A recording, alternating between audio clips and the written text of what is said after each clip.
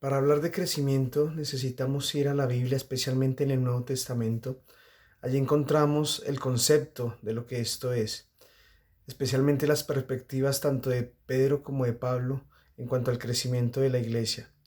Ambos coinciden en que ven la iglesia como un organismo vivo, o como un cuerpo o como un edificio de piedras vivas que crece y se construye para Dios.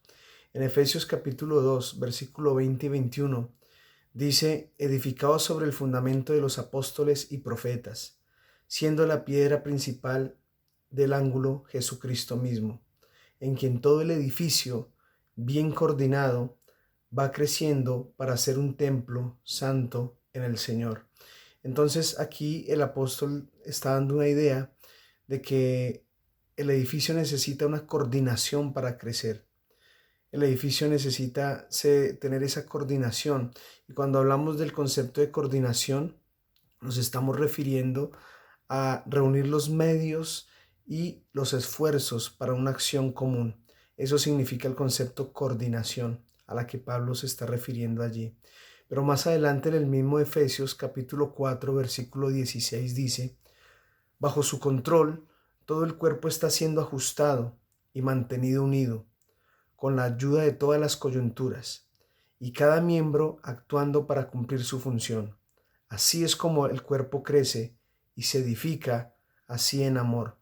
En este texto, en Efesios 4:16, el apóstol está hablando del cuerpo, pero está hablando de la relación coyuntural que hay de cada una de las partes del cuerpo y que con la actividad propia de cada uno contribuye al crecimiento general.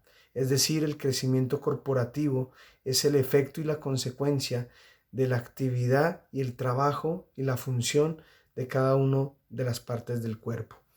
También encontramos en Colosenses capítulo 2 versículo 19, dice: y no haciéndose de la cabeza, en virtud de quien todo el cuerpo, nutriéndose y uniéndose por las coyunturas y ligamentos, crece con el crecimiento que da Dios.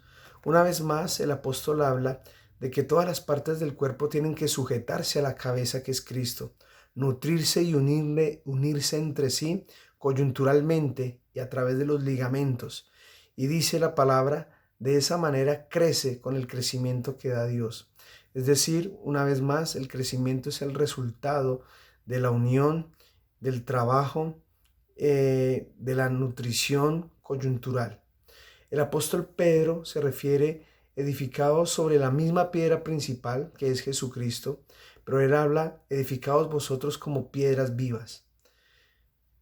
Es fácil entender el concepto de un cuerpo, un organismo vivo, pero entender una edificación de piedras vivas nos hace entender de que la iglesia no es algo inerte, de que la iglesia debe verse como lo que es. Pero actualmente nosotros tenemos los conceptos de crecimiento errados. A veces vemos el crecimiento como algo solamente numérico, pero en la palabra de Dios encontramos de que es una dinámica, es un fruto, es un resultado de la actividad corporativa, del resultado de un trabajo, de una unidad. Entonces, cuando estamos pensando en crecimiento, debemos pensar en algo integral.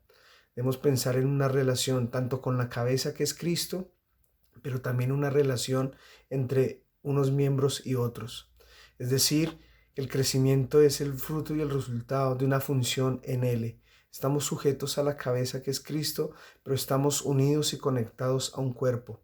Cuando yo me uno al otro miembro y yo le aporto, él me aporta, y hay una relación coyuntural, hay una nutrición, hay una interdependencia, entonces se va a dar la multiplicación, se va a dar el crecimiento, tanto de cada miembro como del cuerpo en general.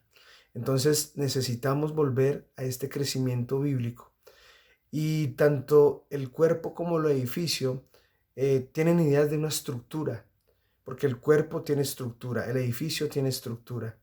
Y ambos hablan de la base, de los fundamentos, de los principios. En este caso es Jesucristo. Pero el crecimiento tiene que verse también sobre principios y no sobre modelos y estrategias solamente. A veces cuando pensamos en el crecimiento de la iglesia, estamos pensando en una estrategia, en un método. Y no, la Biblia habla es de principios.